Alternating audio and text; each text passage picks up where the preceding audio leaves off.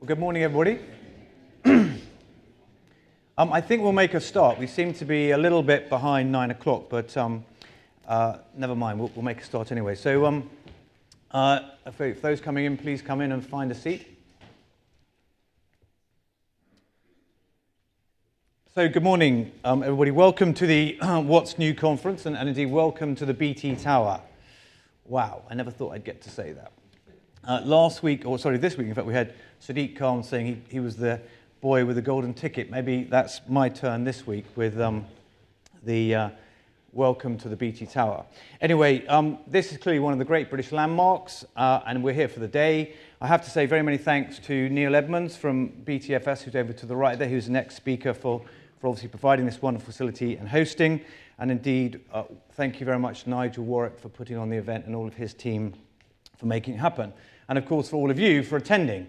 The aim of today is all about sharing, it's about collaboration, it's about getting best practice and indeed learning from one another and trying to generate some new business ideas. So I've got this opening slot to get the day started. And by way of introduction, I've got two of those, look, just in case you didn't get my name the first time. So my name's Johnny Dunford, I work for BNP Paribas Real Estate. And what I'm going to do in the next 15 minutes, although we cut into it slightly, is I'm going to blast through 30 slides. So that's 900 seconds, 30 slides, that's 30 seconds per slide. Only joking, but I'm going to try and motor quite quickly, just give an intro. So a couple of things on BNP Paribas, what we do, a little bit about what's happening in the market, the sort of old school versus new school, and a little bit on how we measure productivity in office space.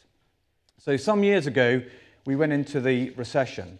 But this slide that I use quite often feels to me like almost every year it comes out, because today we could always be asking ourselves the same thing, which is what's going to happen in about 6 weeks' time, so once we get through the Brexit vote. There does seem to be a great deal of uncertainty and instability in the world, but at the same time, businesses are motoring forward to ever be more efficient and more effective in the way they use space, and that's where I want to concentrate this little opening slot, because I work in the corporate environment with corporate occupiers.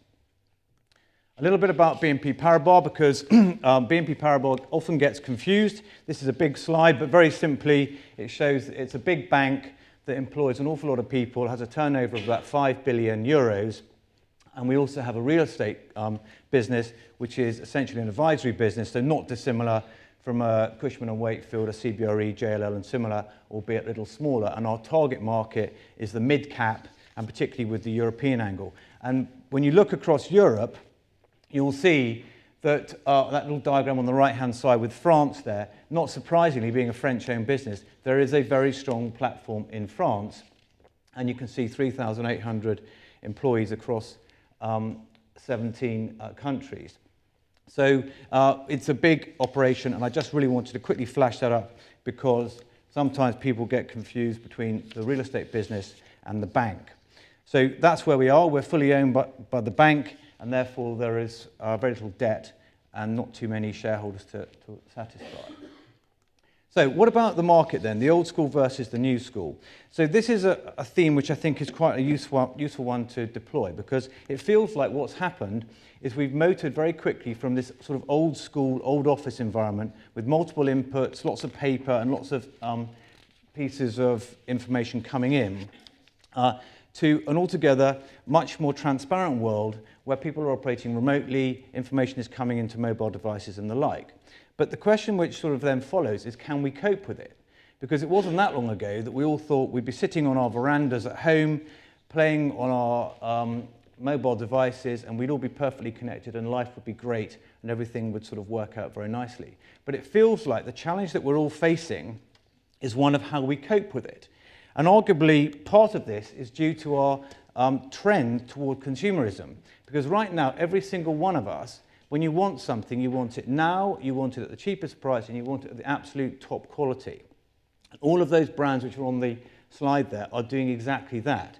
And that translates into all of our customer base and indeed our workforce, because our people that we employ and those we house in our office space want to have this absolutely top quality experience all the time and without any interruptions, and it's extremely difficult to do. So what's happening in this new world? Well, we've got the kind of old school players of the traditional media and tech companies, the ITVs and the print companies and so on, and the new school of the disruptors, the Facebooks, the Ubers, Yahoos and so on. And we all know them, and we're all amazed at how quickly they grow. What do? Well, the old school tend to have a headcount growth which is either declining or at best static, and they tend to want to consolidate because they're all occupying lots of buildings in places where they don't always want to be, and that's a challenge for them. An example of that is News UK, who did a consolidation exercise about 18 months ago, going into the building down by London Bridge, and you can see they essentially went from 4 buildings down to 1, and that's a simple example of it. Meanwhile, we go to the new school. These are the disruptors, the Ubers and the Facebooks, and they're growing like crazy. They grow at about 40% a year, and they can't get enough floor space to satisfy their demands. And what are they worried about? They're particularly worried about location and amenities. Why? Because they want to bring their staff to the very best locations and give them the very best facilities in order they can compete with their peer group, because they are very, very dependent on having top quality people. What does it mean then for their portfolios? Well, it feels like everybody is doing something different. Everybody has got this rather disparate approach to the way we approach our property and our workspace.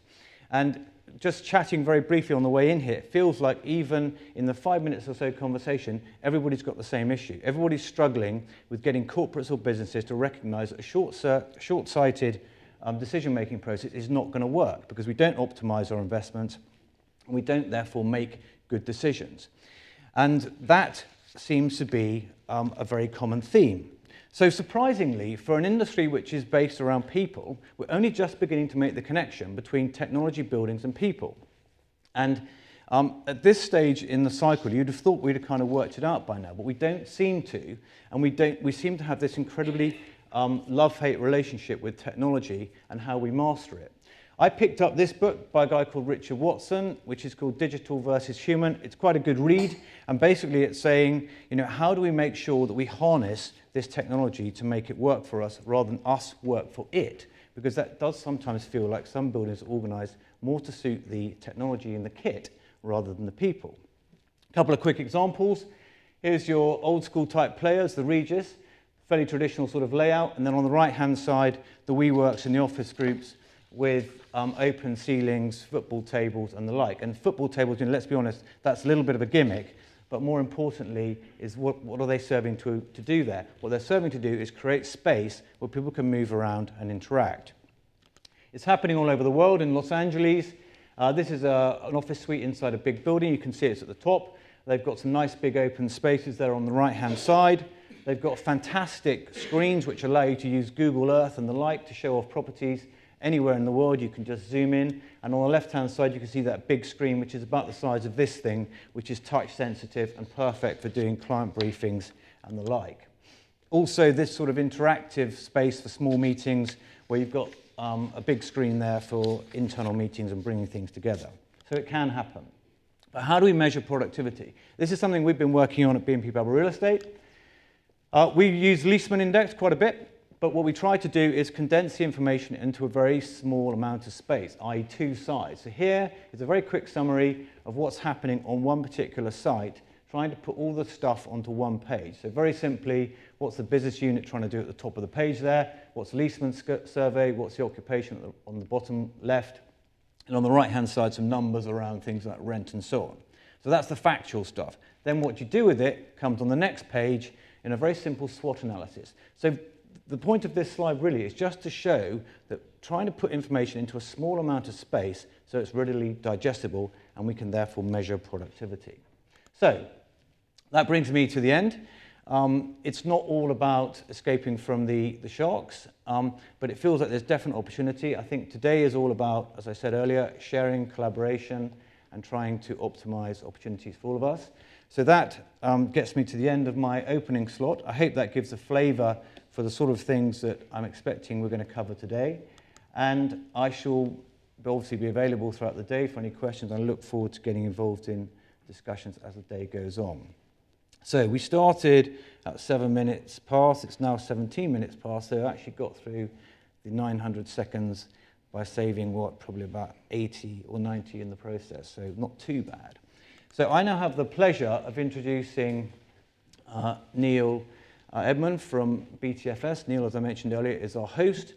He's going to open the proper sessions here today with a burst on creating a brilliant customer experience. And we were laughing as everybody was coming in about the wonderful environment we have here today. It's a great venue, and with this sort of wonderful stage and setup, I think, Neil, your job is almost done before you come up here.